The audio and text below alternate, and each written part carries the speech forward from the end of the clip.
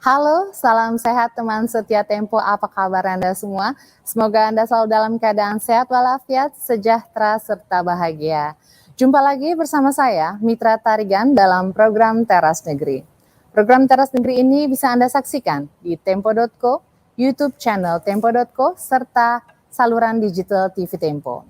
Hari ini sudah hadir secara online seorang kepala daerah yang sangat spesial. Siapa lagi kalau bukan Bapak Musyafirin, Bupati Sumbawa Barat, Nusa Tenggara Barat.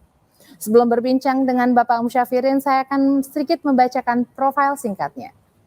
Bapak Musyafirin ini lahir di Taliwang 22 Juni 1963. Sejumlah jabatan karir di Kabupaten Sumbawa Barat telah disandangnya, mulai dari Kepala Seksi Produksi Pengembangan Usaha Peternakan Dinas Pertanian dan Ketahanan Pangan, Kepala Bapeda Kabupaten Sumbawa Barat sejak 2007 hingga 2009, ada pula Kepala Dinas Pendapatan Pengelolaan Keuangan dan Aset Kabupaten Sumbawa Barat sejak 2009 hingga 2012, terakhir sebagai Sekretaris Daerah Kabupaten Sumbawa Barat sejak tahun 2012 hingga 2015. Dan sejak tahun 2016, Bapak Musyafirin memimpin Kabupaten Sumbawa Barat.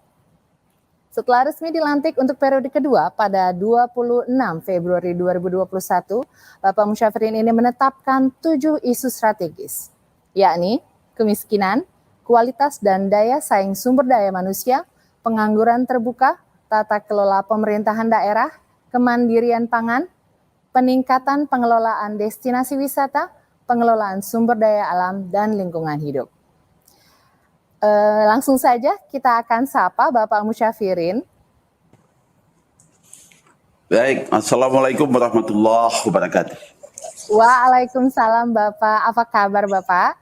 Alhamdulillah, semua aman dan semua baik-baik saja. Alhamdulillah. Ini di sela-sela kesibukan ya Pak ya, di hari kerja ini ya Pak ya? Iya. Siap. Ya. Silakan Pak. Ya, prinsipnya kami ya berkepentingan juga untuk hadir bersama Ibu Mitra Tarigan ini, ya untuk berbagi. Tentu saja, Pak. Kita ingin mendengar cerita yang keren-keren tentunya dari Kabupaten Sumbawa Barat ini Pak. Nah Pak, tadi sudah saya sebutkan ada 7 Pak isu strategis dari Sumbawa Barat ya Pak ya? Iya. Nah, kalau boleh tahu nih Pak, bagaimana sih Pak pemerintahan Kabupaten Sumbawa Barat ini akan menjalankan 7 isu strategis ini Pak di masa periode baru ini 2021 hingga 2026 ini Pak? Iya, yang pertama sebetulnya sejak tahun 2015 ya visi daerah ini yang harus kita perhatikan bagaimana pemenuhan hak-hak dasar masyarakat ini bisa kita wujudkan gitu. Nah, jadi pemenuhan hak dasar, nah isu-isu strategis terkait dengan kemiskinan, dengan kualitas sumber daya manusia, kemudian dengan pengangguran terbuka, kemandirian pangan, tata kelola pemerintahan, semua kita arahkan, ya sedikit tidak dia bisa berimplikasi terhadap peningkatan pemenuhan hak-hak dasar masyarakat itu sendiri. Nah, jadi semua itu kemudian dari visi lahirlah dia semacam misi. Nah, kemudian ini didetailkan dengan program-program dan semua sudah ada dalam RPJMD 2021-2026. Saya pikir keren itu. Sekali. Ya.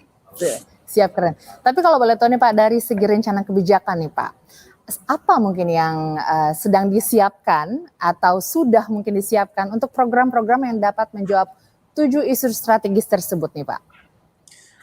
Ya, yang paling penting untuk mencapai pemenuhan hak dasar masyarakat itu, kita sudah mencoba menyusun satu regulasi yang saya pikir mungkin hanya ada di Kabupaten Sumbawa Barat. Jadi kita menyusun regulasi tentang bagaimana pemberdayaan gotong royong. Ya, jadi pemberdayaan gotong royong untuk pemenuhan hak-hak dasar itu yang kita jabarkan dalam 7 isu strategis itu. Nah, dengan pemberdayaan ini bagaimana isu pertama umpamanya soal kemiskinan. Jadi di sini umpamanya bagaimana penyandang masalah penyandang sosial yang miskin, kemudian penyandang cacat, bagaimana kita beri subsidi. Kemudian bagi yang miskin, kemudian yang masih dia berdaya, kita berdayakan dia melalui program-program, ada Pariri, program Pariri, kemudian ada program Bariri. Pariri ini sebetulnya hanya untuk orang yang tidak mampu secara fisik untuk melakukan aktivitas ekonomi, sehingga dia harus dibantu, dia harus diberi santunan dia setiap bulan. Nah, kemudian kalau dia dengan program Bariri, mereka secara fisik masih dia bisa melakukan aktivitas ekonomi, kemudian kita beri stimulan, kita beri pekerjaan supaya mereka bisa lebih berdaya lagi untuk mengatasi. Itu soal kemiskinan. Nah, jadi alhamdulillah dari sentuhan-sentuhan itu, nah sejak tahun 2015 umpamanya kita masih berada pada angka 16,97% umpamanya tingkat kemiskinan selama 3 tahun. Kalau tidak ada bencana, gempa bumi saat itu, kemudian disusul juga dengan COVID, itu mungkin akan lebih dari 3,36% penurunan itu. Tapi itu termasuk yang paling tinggi kita di Provinsi NTB, dalam kurun 5 tahun bisa menurunkan angka kemiskinan sampai dengan 3,36%. Nah, demikian juga untuk yang lain-lain gitu. Untuk seperti pengangguran terbuka, tentu kita fokus bagaimana supaya angkatan kerja semua barat ini tidak terlalu pilih-pilih kerja, ya tidak harus ada tanda pengenal baru mau kerja, kemudian sementara kita terus menggenjot investasi, kita genjot, kemudian pelatihan juga kita tingkatkan untuk mengatasi pengangguran itu sendiri, dan lain-lain juga seperti itu. Siap Pak. Saya juga dengar tuh Pak terkait dengan penurunan angka kemiskinan ya Pak, dan peningkatan SDM ya Pak ya. Tapi Pak, kami ingin tahu dulu nih Pak terkait dengan angka kemiskinan, bagaimana tuh Pak meningkatkan yang telah tercapai itu Pak? Bagaimana meningkatkan agar indikator pembangunan manusia terus naik lagi tuh Pak? Apa tuh Pak yang telah Bapak lakukan kalau boleh tahu Pak? Yeah. Jadi kalau tadi soal kemiskinan, jadi indikator kemiskinannya itu kita sentuh. Jadi umpama contoh penyandang cacat, kemudian yang benar-benar miskin, karena kita punya data yang berbeda dengan BPS. Jadi BPS menerapkan kesekian, tetapi yang real miskin di lapangan itu, ya kita coba menempuh prosedur atau penetapan angka kemiskinan ini yang harus kita tangani itu melalui deklarasi mereka sendiri. Jadi dalam setiap desa, setiap kecamatan mereka menyatakan bahwa kami ini orang miskin. Kemudian apa saja yang menyebabkan mereka miskin. Kemudian kita sentuh gitu. Kita intervensi. Nah, kemudian dari beberapa intervensi itu ada mungkin 5 atau 6 indikator kemiskinan yang bisa langsung kita bisa atasi. Itu model bagaimana supaya kemiskinan ini bisa turun. Nah, soal indeks pembangunan manusia, ini juga indikator pembangunan di satu daerah, IPM, kita sebetulnya sudah berada pada angka yang tinggi. Jadi status IPM dengan 71 itu adalah tinggi. Nah, kita juga harus mengetahui bahwa untuk pembentuk daripada IPM itu ada 3 indikator. Indikatornya adalah paritas daya beli, kemudian juga paritas pendidikan, kemudian paritas kesehatan. Nah, dari sisi kesehatan, bagaimana dia supaya meningkat? Kita mungkin pertama satu-satunya kabupaten di Provinsi NTB ini yang cakupan kepesertaan BPJS ini 100%. Jadi seluruh iuran daripada BPJS itu untuk warga Kabupaten Sumbawa Barat itu dibiayai dari APBD. Itu dalam rangka kita bagaimana supaya paritas kesehatan ini bisa lebih baik dari tahun sebelumnya. Kemudian pendidikan juga kita menyediakan beasiswa juga, kita menyiapkan akses, kemudian kualitas pendidikan kita tingkatkan, tenaga kependidikan kita tingkatkan, sehingga ini bisa mendongkrak paritas daripada pendidikan.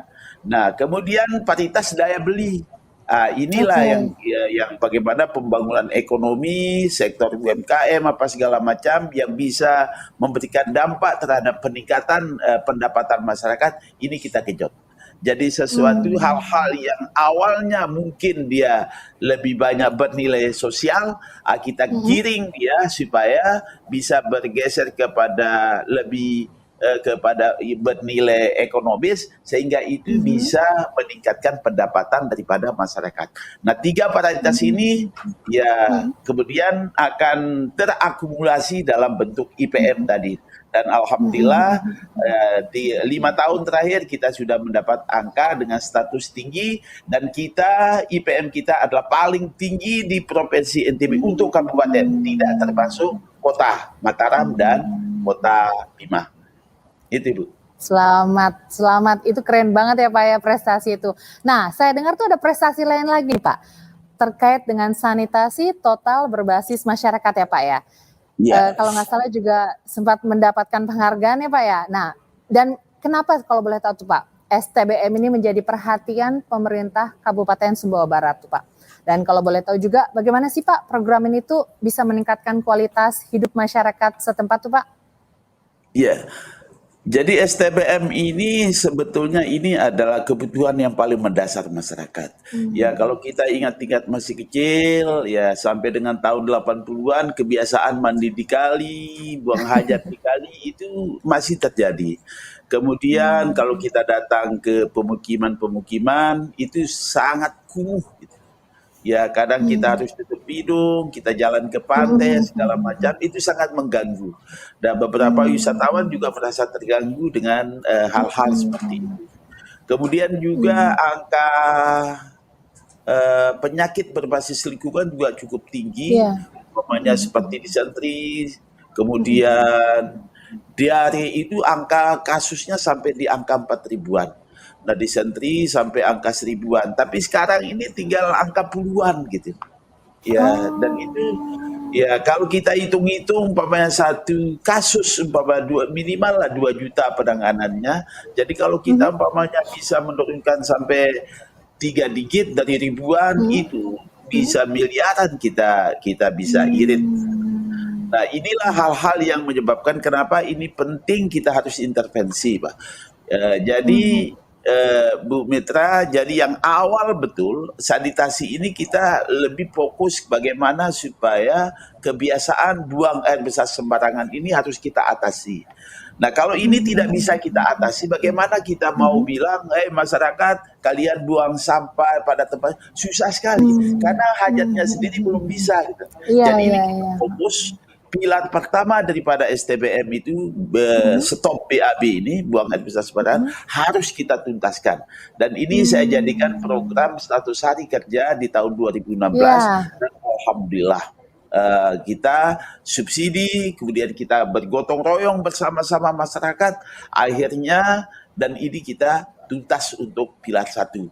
Dan itu sejarahnya panjang karena dia untuk STBM ini ada 5 pilar.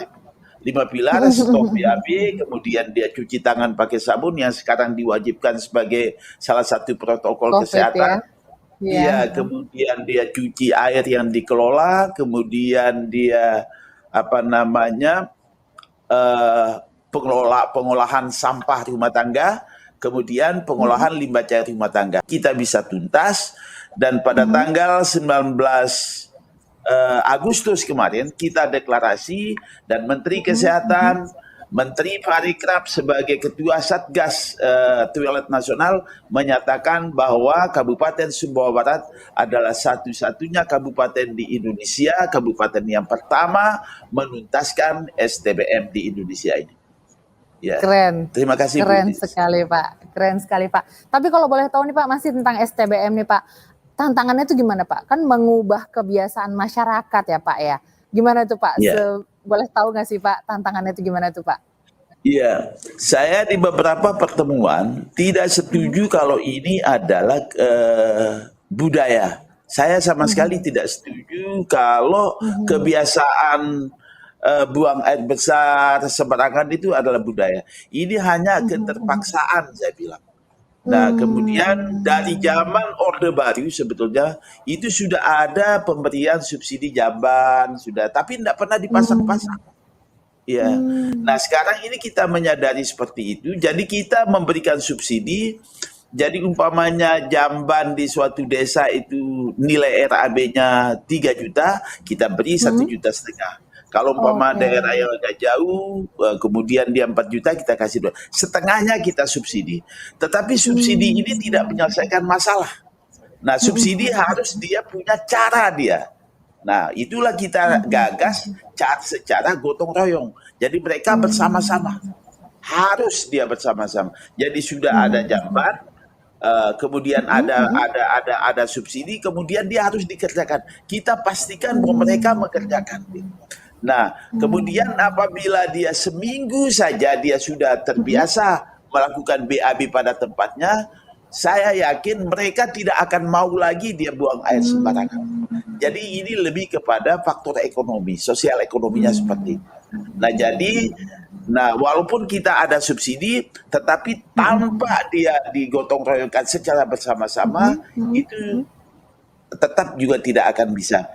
Nah, sehingga Hmm. Ibu Mitra, ada program Hmm. dari PU, bagaimana jamban-jamban yang kurang baik ini Hmm. ditingkatkan Oke. kualitasnya. Jadi ada Hmm. bantuan dikasih. Nah, Hmm. itu dikasih tapi dengan sistem kerja dulu baru dibayar. Ya, dipakai Oh. uang daerah, baru nanti dari loan APBD, loan, Hmm. baru Hmm. dia akan bayar. Itu pun tidak menarik. Nah, begitu udah sampai Hmm. daerah di tender, tidak ada yang mau karena itu memperbaiki jamban Hmm. yang sudah ada. Tetapi di Hmm. Kabupaten Sumbawa Barat, karena sistem Hmm. gotong royongnya, jadi Hmm. Hmm. berapapun kita dikasih paket, dan itu Hmm. semuanya Hmm. selesai. Bahkan kita sampai angka Hmm. 40-an miliar kita bisa serap. Sehingga jamban-jamban yang kita subsidi jelek-jelek dulu itu, dengan ada program penguatan dari pusat, ya sekarang itu sudah menjadi jamban yang berbasis sanitasi aman. Pikir begitu, Ibu. Siap, siap. Keren sekali Pak Slamet telah menyelesaikan dalam 100 hari kerja ya Pak ya. Ya. Jadi Siap, sekarang siap, butuh siap. 6 tahun baru 5 pilar itu tuntas. Ya, 100 Hmm. hari dulu hanya untuk stop buang air besar. Untuk pilar keempat dia butuh waktu lama sampai 6 tahun baru ini bisa benar-benar dinyatakan tuntas oleh tim verifikasi yang dibentuk oleh pemerintah. Siap, keren. Ya. Pak, kita beralih ke sumber daya alam nih Pak. Kalau Ya. boleh tahu nih Pak, kan sumber daya alam di Sumbawa Barat kan juga banyak ya Pak ya. Nah, Ya. gimana tuh Pak pemerintah Sumbawa Barat ini mengoptimalkan potensi sumber daya alam pada bidang khususnya pertambangan dan mineral tuh Pak? Ya.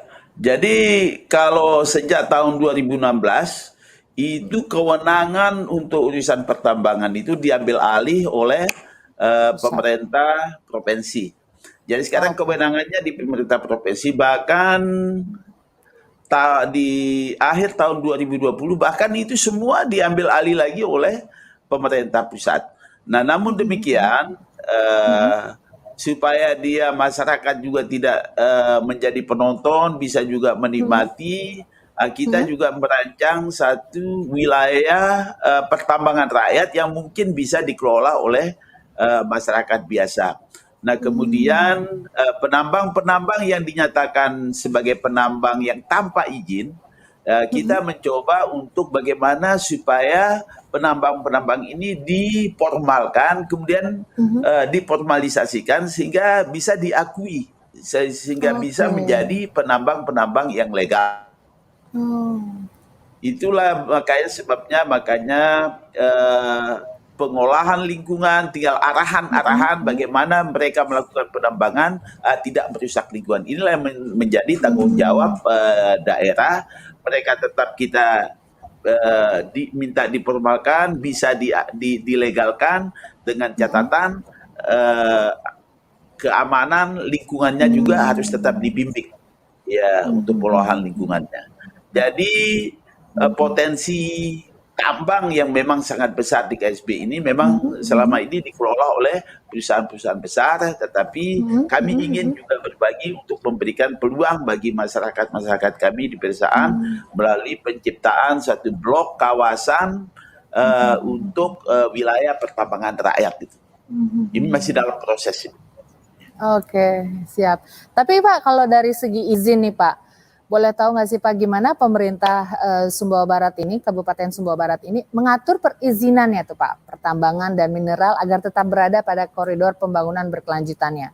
Misalnya Iya, persamaan hak untuk masyarakat dan masyarakat adat juga Pak. Lalu kebijakan seperti apa tuh Pak yang disiapkan kalau boleh tahu? iya. Jadi kita untuk persoalan izin, ya kita hanya memberikan rekomendasi kepada Hmm? pemerintah provinsi. Jadi perusahaan-perusahaan pertambangan itu mengajukan izinnya ke pemerintah provinsi. Jadi nanti kalau apa anunya memang diperlukan oleh rekomendasi, baru kita berikan rekomendasi. Jadi tidak ada perizinan yang dikeluarkan oleh pemerintah kabupaten. Nah, tapi kita prinsipnya memberikan dorongan gitu. Seperti contoh umpama Hmm. sekarang rencana pembangunan smelter untuk tembaga untuk mendukung keberadaan dari PT Tambang Aman Mineral itu. Nah, jadi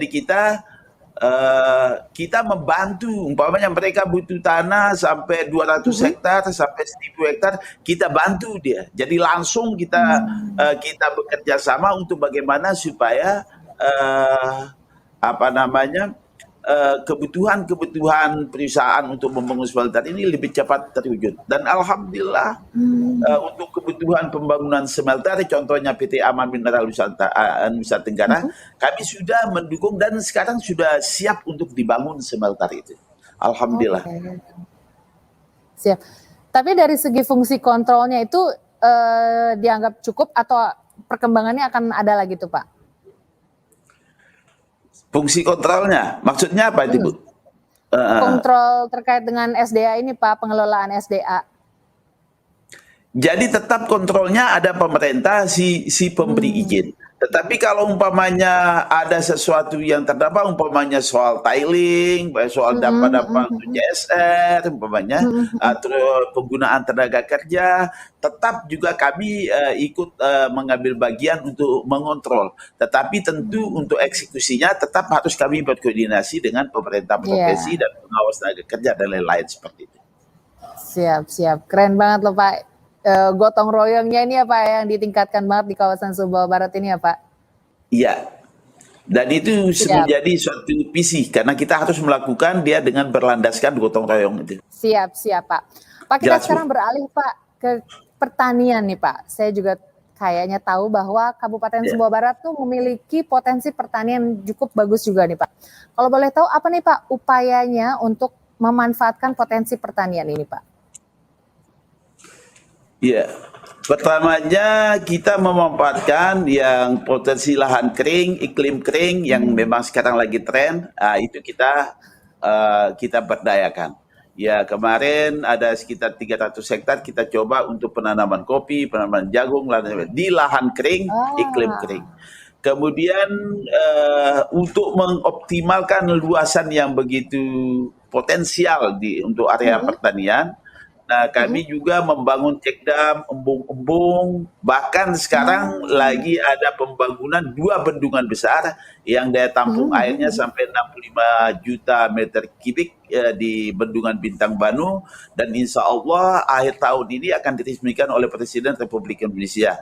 Kemudian juga di sebelahnya ada juga kita bangun bendungan Mhm. dengan kapasitas kurang lebih 56 juta meter kubik lagi di sebelahnya bendungan besar.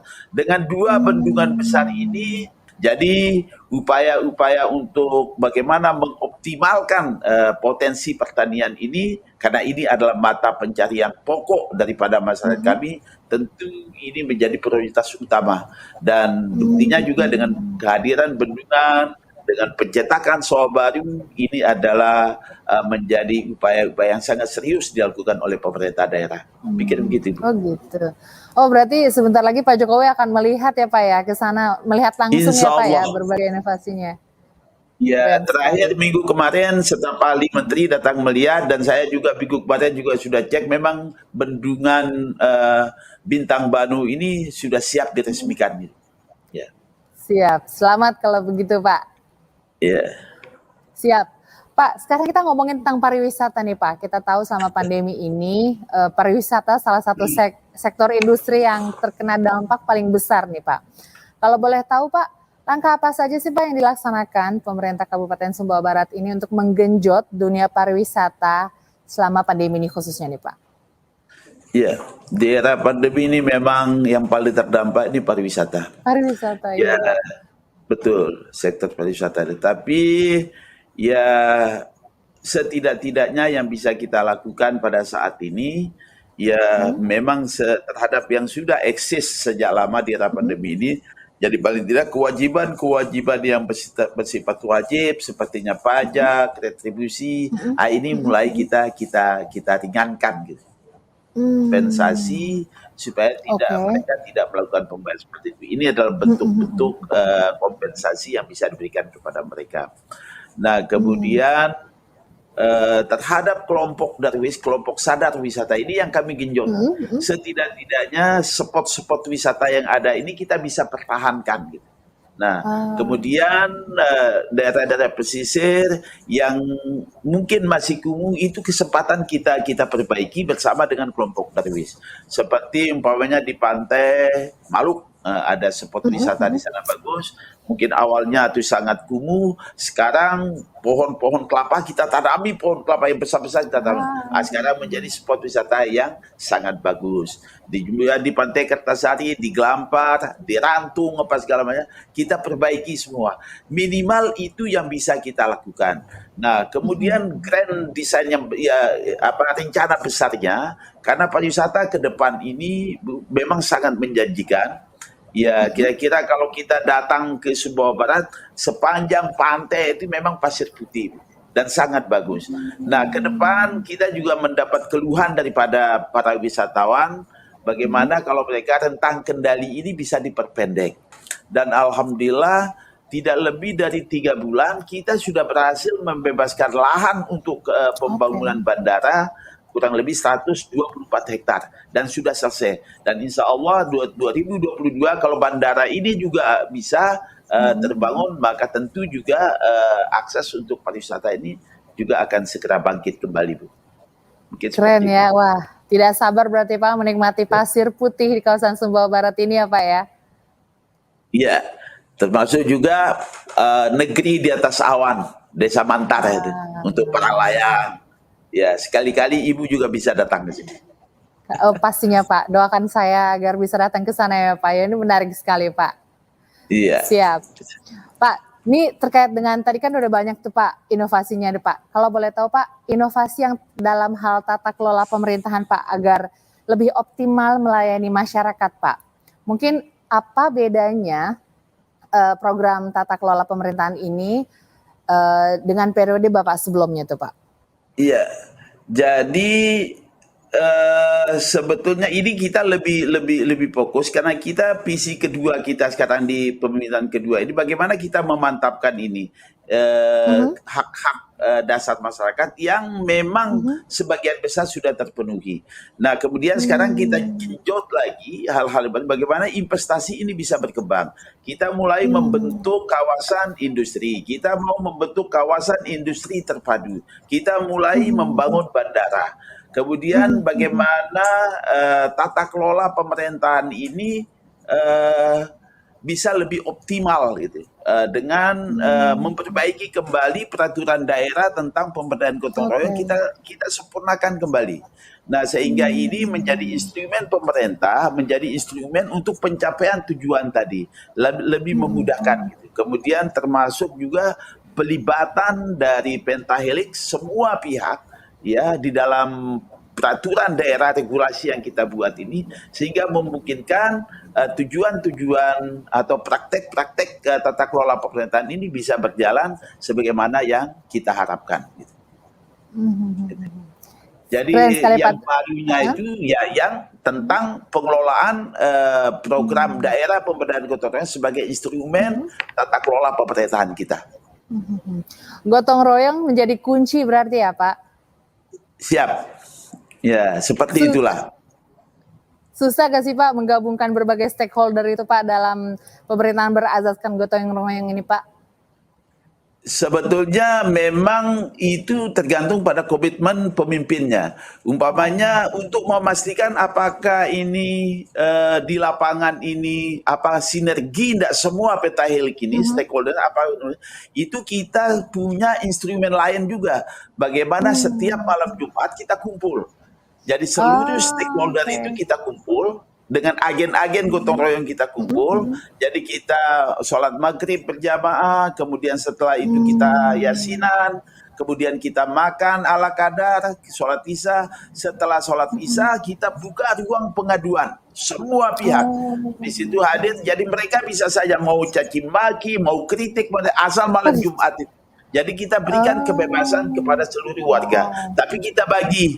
Jadi dalam 1 bulan seluruh penjuru ini bisa ketemu dengan kita 1 kali sebulan. Jadi umpamanya kita di sini punya blok area kita bagi dalam peraturan daerah itu 228 blok area. Jadi kita bagi 4. Karena 1 minggu, satu bulan 4 minggu gitu. Nah, jadi nanti sekitar 200 atau 250 orang itu setiap malam Jumat itu hadir bersama kita itu dari tiap-tiap pelosok.